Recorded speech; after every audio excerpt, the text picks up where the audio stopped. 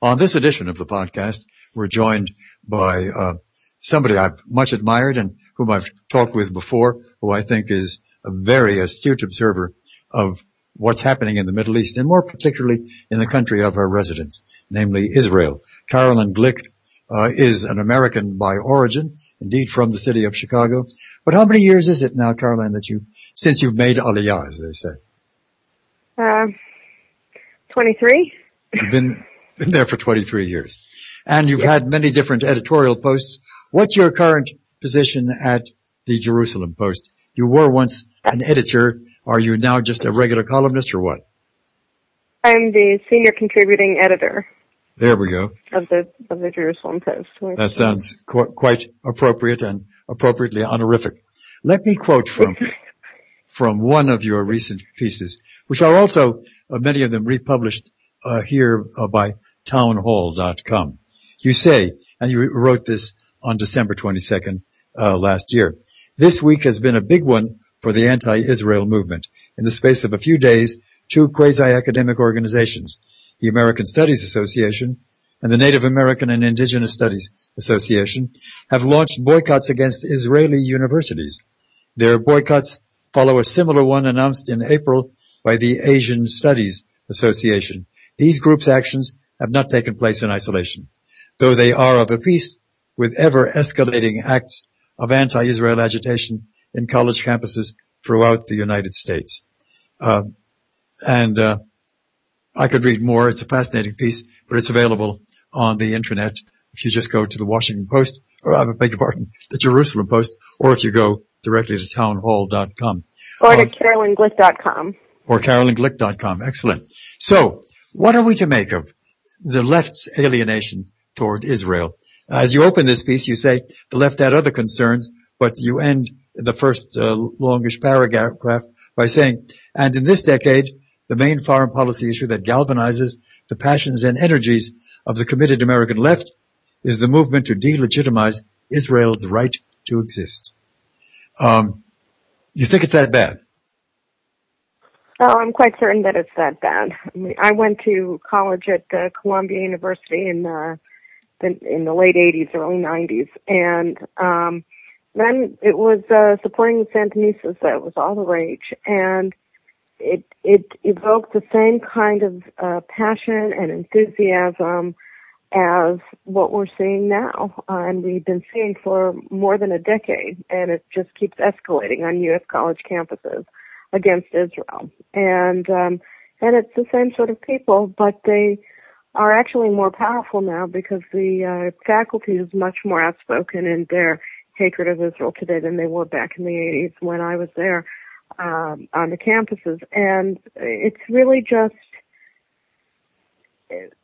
yes, I mean, this is the single motivating force of most of the left-wing activism on campus in foreign policy. This is the foreign policy issue of this decade, and I dare say of the previous decade as well. How do you account for its having happened in this decade? Why didn't it happen among, say, American left-oriented academics? Why didn't it happen 20, 30, 40 years ago? Well, because it's now considered to be not only politically correct to be anti-Israel, but chic. I think that really the dam was burst in 2007 with the publication of The Israel Lobby by John Mearsheimer and Stephen Walt. I actually went to the Kennedy School from 98 to 2000, and Steve Walt was one of my professors. And it was absolutely clear to me that he was an anti-Semite because he had this tick. Every time that he would talk about something completely unrelated, apropos of nothing, he would start a harangue against the Jewish lobby in Washington that was forcing the United States to support Israel. But he didn't write articles that were anti-Israel in the late 90s. And he didn't write a book ascribing a treachery to Americans who support Israel in 1998 and 1999. He did that in 2006 and 2007. And I think the reason is that over that decade, since 9/11 really, or even more, since the Palestinians began their terrorist war against Israel at the end of 2000 when they rejected statehood at the Camp David peace summit in July of 2000. That was when the international left almost got this signal, or apparently got this signal, that it was time to open the floodgates of hatred against Israel. And it's been mounting ever since then, to the point where today it is the single most important animating feature of U.S. college campus life when it comes to U.S. foreign policy. I've never told you in private conversation, have I, about my knowledge of Steve Walt and John Mearsheimer? No, I don't think it. Well, as you remembered, if you had. Well, University of Chicago. Walt, before he went to Harvard, was an assistant professor in political science here, and John Mearsheimer, of course, has had just about his whole career in the Department of Political Science at the University of Chicago. When I did my regular radio program for many years, they were both together and separately on occasion on that program, not discussing Israel, discussing foreign affairs of one sort or another. I was stunned when that book appeared. I had really had, neither of them were close friends of mine, but I had rather frequent contact with them, and I've got closer friends who are in their department, as a matter of fact. And I was stunned when that book appeared. Or rather when the article upon which the book was then an elaboration appeared, because I had had no advance warning of it.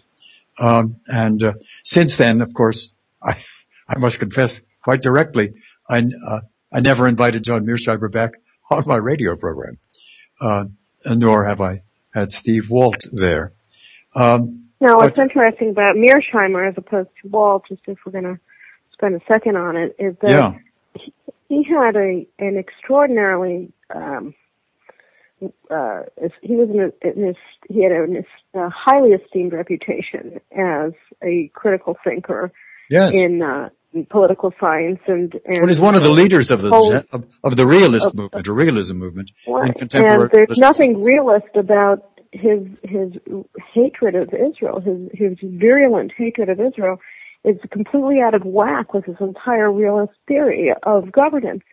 So, I mean, that's what's so odd, is that it just shows how it has to be based on absolute bigotry and hatred of Jews, because here's a man who has a whole well thought out, rational analysis of how nations should determine their foreign policy, and then he comes out with this violent spasm of hatred against Israel, and he tried to put it into the framework of realism, but it never fit there. And he did a horrible job trying to explain it, because it didn't stem from that. But because he did that, and he gave it his imprimatur as one of the leading lights in American political science, he played a key role in unleashing this incredible spasm of hatred across U.S. college campuses. Of course, one should note, though I don't talk with him on the radio or even privately, I've seen him occasionally, literally in the big grocery store in Hyde Park, and we just nodded to each other and passed by with a word of "How are you?" But I do still see some of his writing, and of course, when he has written that his book is not an attack on Israel, it ultimately serves Israel's purposes, because Israel must be realistic about the thoughts and the intentions and the power of its various surrounding enemies, and only will they be placated. Kind of him. And only will they be placated if America withdraws its full support and its full backing for, quote, Israeli aggression. That's the way he would tend to put it. Oh, that's awfully sweet of him. I appreciate it very much. Yeah. Of course, it is the case, and I must put this to you directly, that in Israel, the country where you've lived for a long time and where you are a very prominent public observer and journalist, in Israel, there are many who almost share that Mearsheimer view, who at least are very critical of Israel's undertakings with regard to native Palestinians and with regard to the PLO structure that surrounds it. You've got a piece. They're free to say anything they want. All right. But what do you make? What are the sources of their antagonism towards essentially Netanyahu's foreign policy towards your neighbors? Well, I mean, I think that there are many different sources of their views. One of them is that they're looking at the situation incorrectly, particularly now after the revolutionary wave in the Arab world. They see the Arabs as this big block, this massive monolithic block that has no variance, has no dynamism, that's never going to change, that's just an object, and they will always hate Israel, always be implacably dedicated to the destruction of the Jewish state, and therefore the only way that we can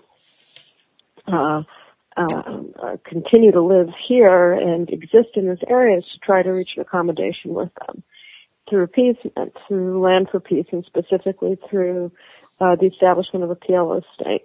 And so it's a view that's based upon a misreading of the Arab world, a complete misperception of the Arab world as we see now. I mean, Sunnis and Shiites are slaughtering one another with abandon, and the Druze and the Kurds and the Christians are all acting in their own ethnic self-interest and nationalist self-interests and trying to survive, or in the case of the Kurds, prosper and develop their own sovereignty in this situation.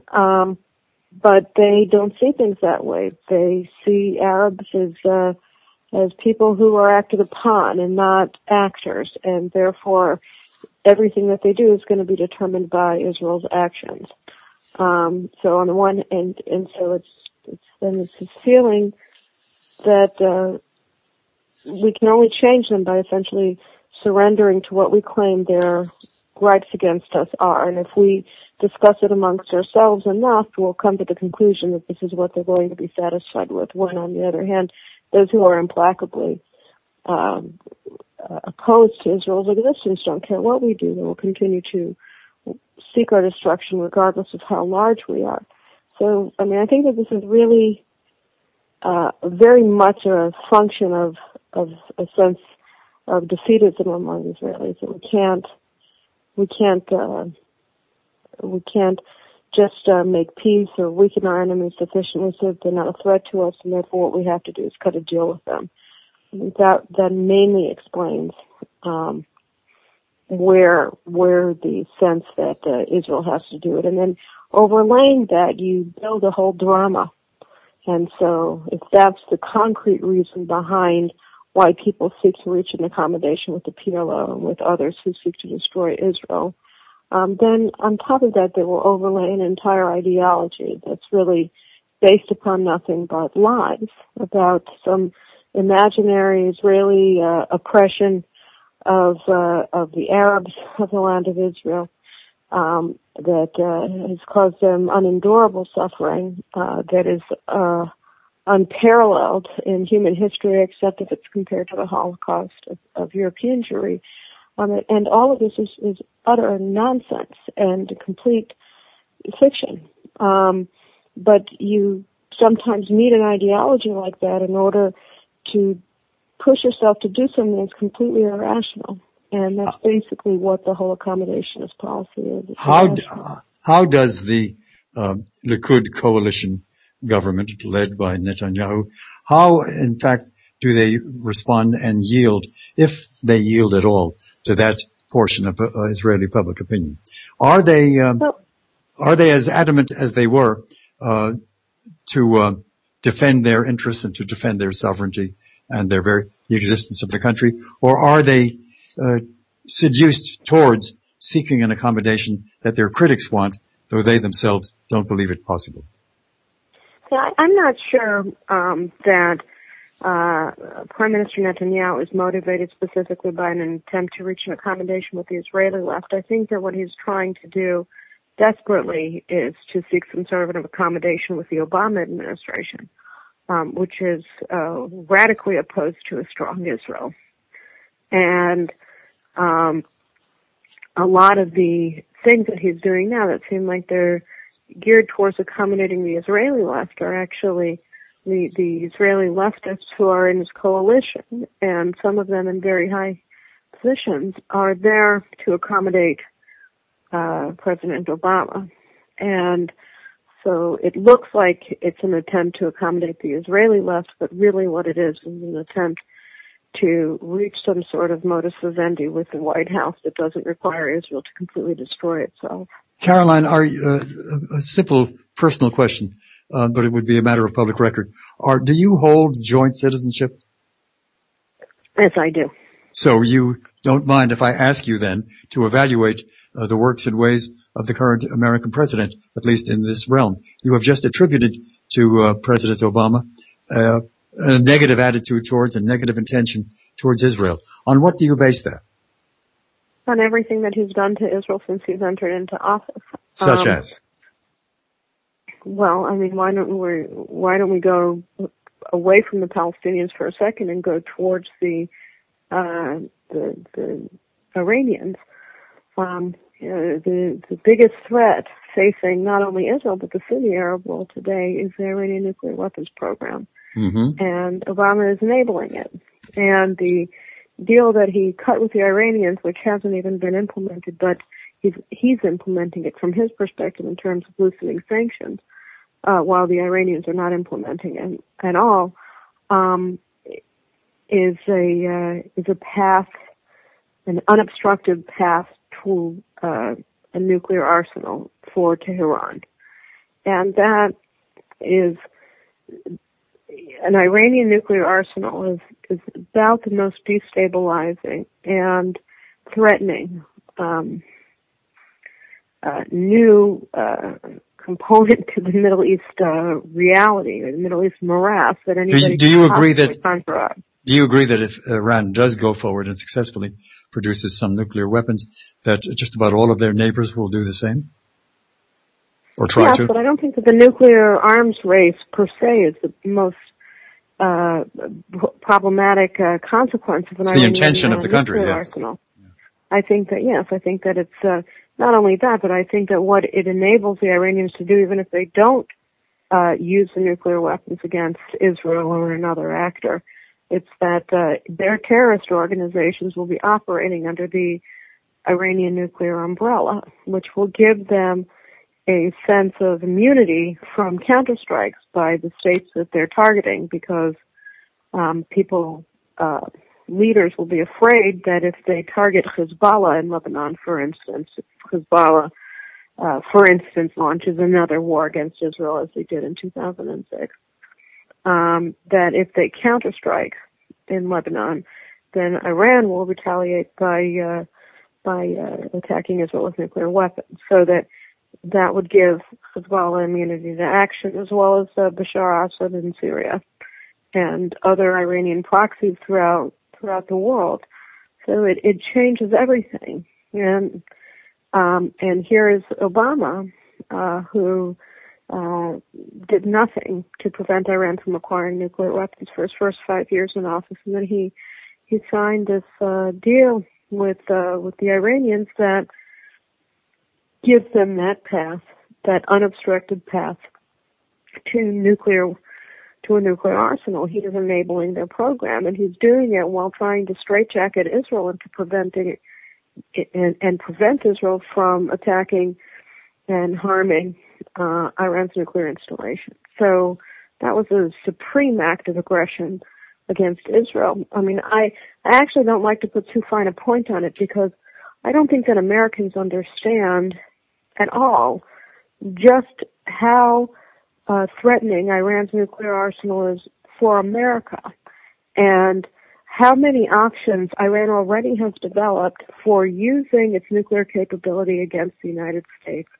It has bases of operations throughout throughout South and Central America, and it has the ability to launch rockets into space if equipped with a nuclear device, even a rudimentary one, could act as an electromagnetic pulse bomb that could destroy the American electrical grid, and throw America essentially back into the 19th century in a moment without ever killing anybody. directly. And they could just launch that from a freighter ship, over by Nicaragua, and it could reach the eastern seaboard and blow up. But surely they have to. But surely they have to consider what retaliatory action the United States, a major nuclear power, would take in response if they. I don't know who did it. Who did it? They would have plausible deniability as far as they're concerned, and in America that.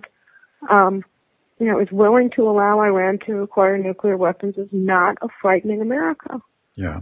It doesn't scare anybody. In America that walks away from Iraq after suffering so many, after the incredible sacrifice that the U.S. military made there, and then allows and sits back and acts like nothing happened when all of the gains that hundreds and hundreds of U.S. forces died to win are taken away and given to Al-Qaeda.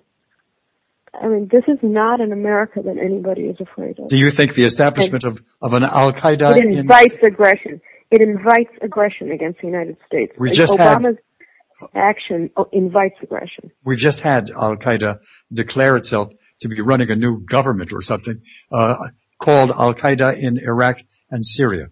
And they've taken one or two of the cities in the northwest of the country. Is that a temporary flash in the pan, so to speak, or are they strong enough to, in fact, further divide the country, which is already profoundly divided between Sunni and Shia representation? What's going on in Iraq? What's going on with Al-Qaeda in Iraq and elsewhere in the Middle East? And what is American policy really? And what did you learn about this? What did Israel learn about this during the two recent visits of our Secretary of State to the Israeli government? Oh, well, I mean, the recent visits, the 10 recent visits of the U.S. Secretary of State to Israel, 12 recent visits of the U.S. Secretary of State to Israel had nothing to do with anything. I mean, all he wants to talk about is when is Israel going to cough up Jerusalem and give it to the PLO. This Secretary of State is like an obsessive compulsive. He can't think about anything important.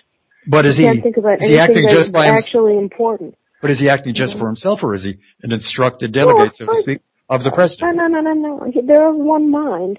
I mean, the thing is, I remember when Bush was president, the main foreign policy debate that went on for 8 years was, well, who's Bush listening to? Is he listening to the State Department and Condi Rice when she was National Security Advisor, and of course later when she was Secretary of State? Is he listening to her? Is he listening and to Colin Powell in the first term, and is he listening to her in the second term?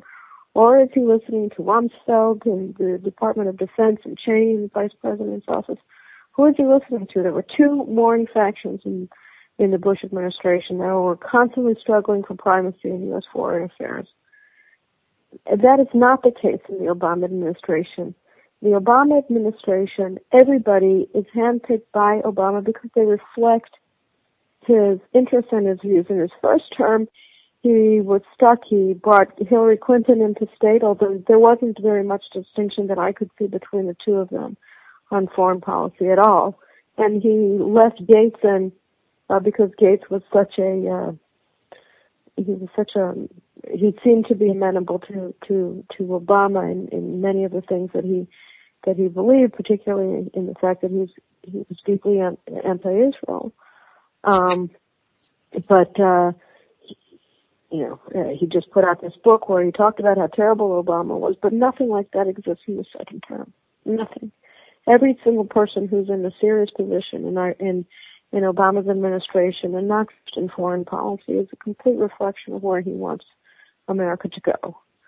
So John Kerry is not a rogue actor on the scene. At any rate, regarding Iraq and what is happening there is directly tied to Obama's abandonment of America's traditional allies in the Middle East, Israel, and the Sunni Muslim Arab autocracies, and casting America's lot with Iran. Because what Iran did was it It is treating the Iraqi Prime Minister Maliki as its puppet, and he has no choice but to obey Tehran because they are his only protector. The Americans are gone.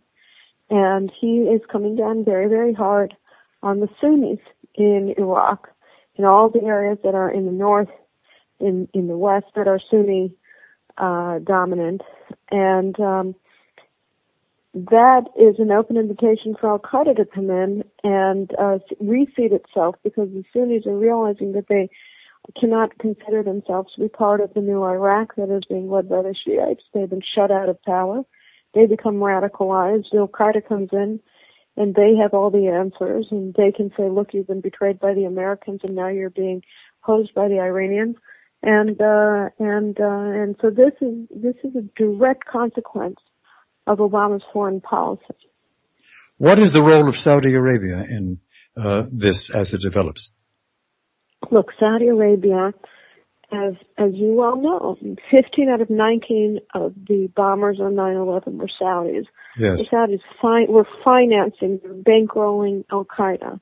Saudi Arabia does not have a problem with exporting terrorism everywhere, so long as it's not in the kingdom.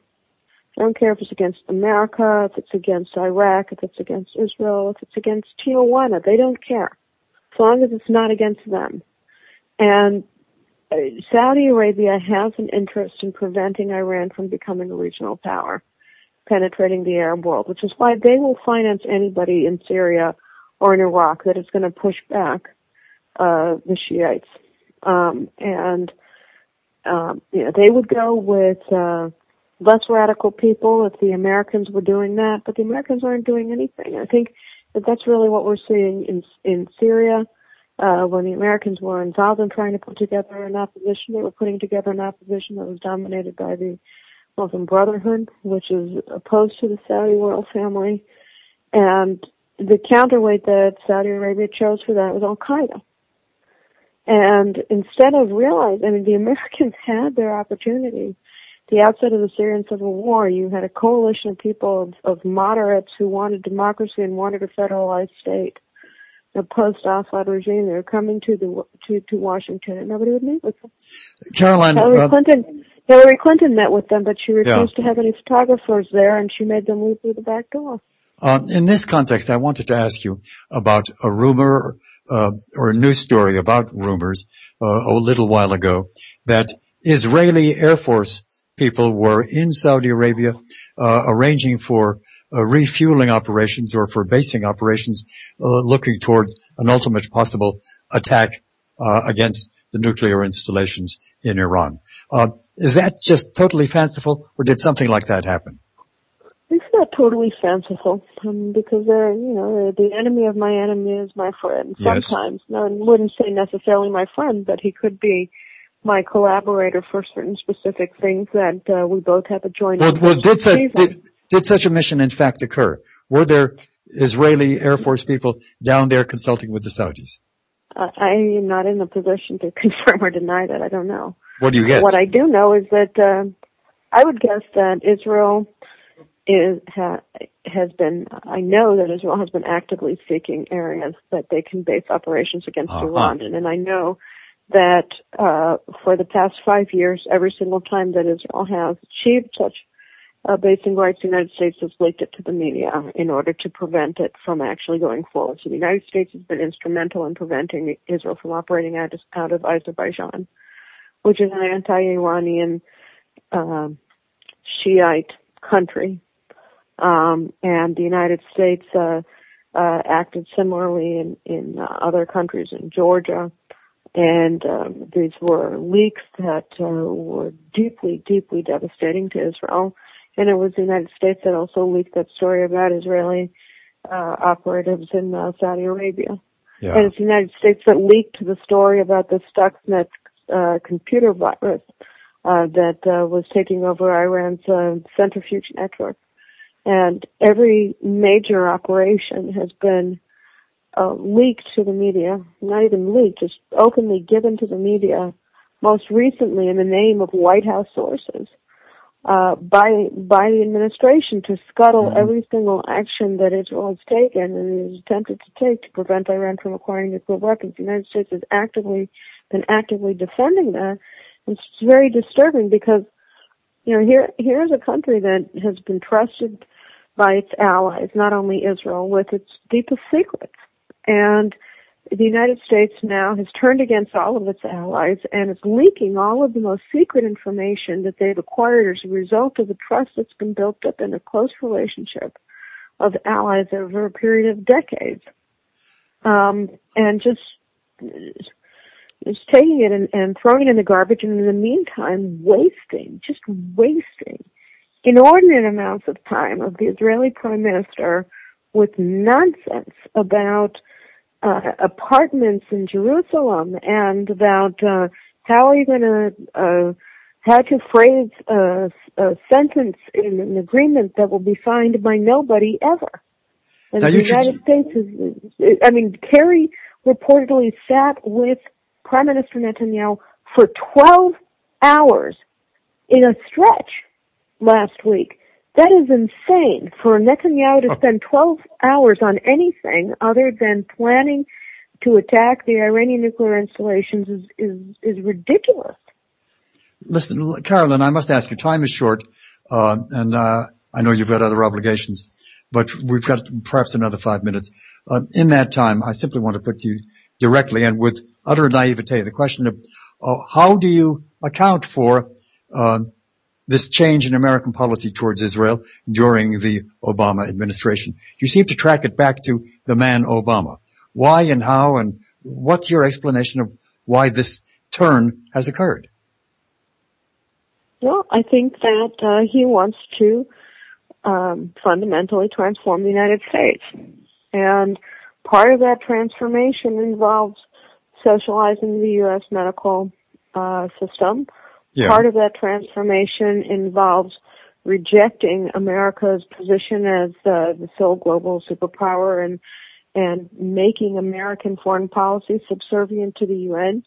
Part of that has to do with turning his back on all American allies and attempting to embrace all American enemies from Fidel Castro and Raul Castro to Khamenei, Ayatollah Khamenei in Iran, and even Hezbollah. The United States is now engaging indirectly with British intermediaries in Lebanon. And he's doing this because he thinks that there's something wrong with America. And as a result, he thinks there's something wrong with American allies. It's why he returned the bust of Winston Churchill, the most beloved foreign leader in the United States in the 20th century, to Britain in his first act as president. I think he got to the White House in the inauguration and he did it. And that's why he's doing everything. And I think that his animosity towards Israel is part and parcel with his whole worldview. In the immortal words of Lenin, pamphlet that he wrote titled, "What is to be done?" Well, I think that what has to be done in Israel is that we have to be developing alliances, and we are, with different states on the basis of common interests, even if they're transitory, to achieve joint goals. I think we have to take advantage of the massive changes that are taking place in the Arab world, which is no longer really the Arab world at all. It's a world that is rapidly coming apart at the seams and becoming something new. And I think that we have an opportunity to build alliances with threatened minorities and ethnicities that are looking for allies in this changed Middle East. And I think that we just have to we have to just take care of ourselves in the United States. I think that one of the things that's really critical is for the Republicans in particular to develop a coherent foreign policy doctrine. And I think that the most coherent foreign policy doctrine that the United States could possibly develop, and one that I think is works for everybody who tries it, from the Soviet Union to the United States to India to Bangladesh is be good to your friends and be bad to your enemies, because then people will want to be your friends and they won't want to be your enemies.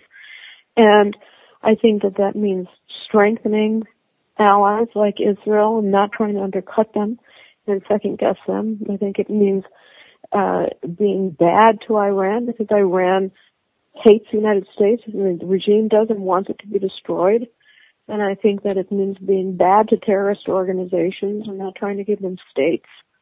And I think that all of these things are the basic components of a foreign policy that is easily explained, and it's not that difficult to carry through, because most of the stuff is not rocket science. It's just plain common sense, and anybody can implement it and understand why it should be implemented. Well, thank you very much for a very illuminating conversation. Let me end simply by noting that you will probably be with us again in March or thereabouts when your new book will be published. The title is The Israeli Solution, a One-State Plan for Peace in the Middle East. Do I have that right? You sure do, and people can pre-order the book on Amazon, and it's going to be a zinger. And it's by Caroline Glick, G-L-I-C-K, of the Jerusalem Post and many other publications. And I thank you so much, Caroline. We'll talk to you again soon. As well as the David Horowitz Freedom Center, where I serve as the director of the Very good. Yes, indeed. Thank you so much for joining us today. Thank you, Milt.